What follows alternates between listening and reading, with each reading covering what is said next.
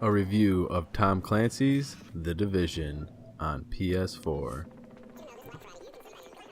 The majority of the game takes place in New York City's Borough of Manhattan, in the midst of a smallpox-like pandemic that the public dubs the Green Poison. The virus has left the city's first response service organizations in ruin. The government of the United States has no other choice but to activate sleeper agents within the city, known as the Division, to assist with what is left of the emergency response teams, known collectively as the Joint Task Force, or JTF, to help rebuild and maintain order within the now quarantined districts of Manhattan. Your mission as a Division agent is to take back the city at all costs. Not only do the members of the Division and the JTF have to fight the spreading epidemic, but several gangs have risen from the ashes of what is left. Rioters, Rikers, and Cleaners are all fighting for rule and power over the new free territory. The voice acting and music come second to the sounds of combat and constant firefights in the distance. The sounds of explosions and bullet hail are the real soundtrack to this game.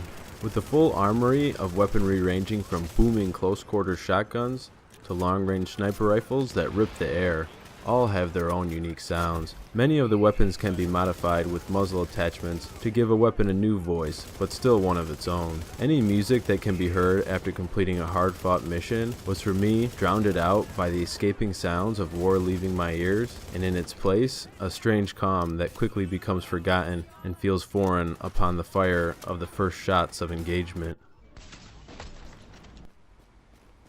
Visually, the city's architecture remains intact for the most part, but the streets are littered with vehicles and checkpoints torn apart and left abandoned. Wandering vagrants, which once made up the working class, along with an equal number of animals, scavenging and fighting their own battles to stay alive, now populate the streets. The city can be navigated using a convenient and easy-to-read in-game map and waypoint system.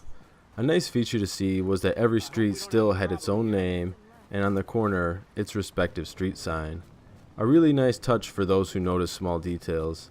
In the same respect for detail, the environment of the Division is constantly changing with its regular day and night cycles, but having taken place approaching the Christmas season, you will notice winter weather conditions. In a moment's notice, clear skies can become overcast and cloudy, then change to a light flurry, and even pick up to blizzard storm conditions, impairing visibility and making navigation process a little bit harder.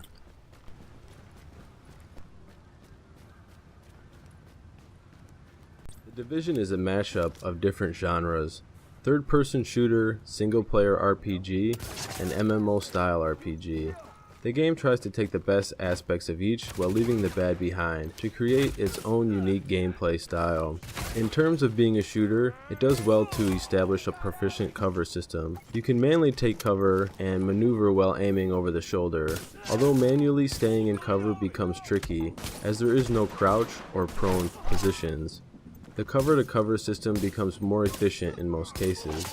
A nice feature for me, being a big fan of third-person aspect games, was the ability to aim over either shoulder, moving the camera to my other shoulder when I wanted to peer around a corner or doorway opposite the default. Surprisingly, many third-person games forget to add that option. The gunplay is excellent and hitboxes respond well. Every gun has its own recoil pattern and rise that can be mastered and duplicated through keen observation and slight movements of the toggle stick to keep the majority of your shots on target.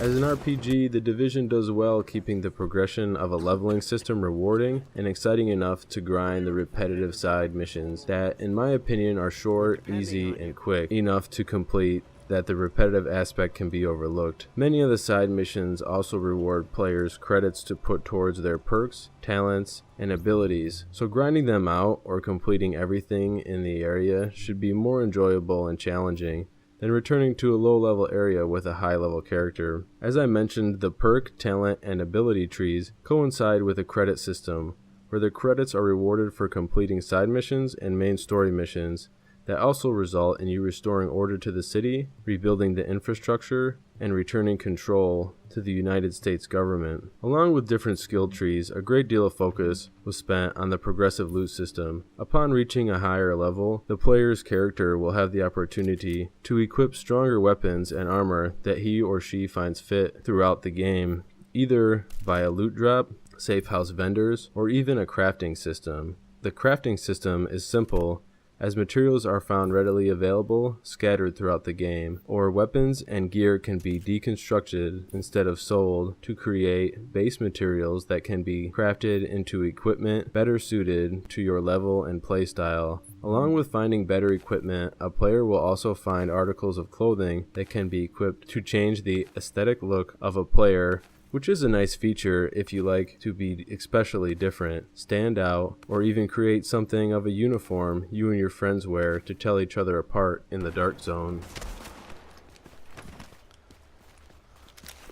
The massive multiplayer online genre really only comes into play upon entering the dark zone. The dark zone is a quarantined area within the quarantined city. Unlike the rest of the city's districts that are PvE, and only populated by you and your invited squad members, as well as NPCs, the Dark Zone is an area where every player roams freely amongst enemies of super and elite status, with higher armor and damage ratings. The Dark Zone is a free-for-all to any player that decides to enter. Within these walls, any player can engage another player in combat.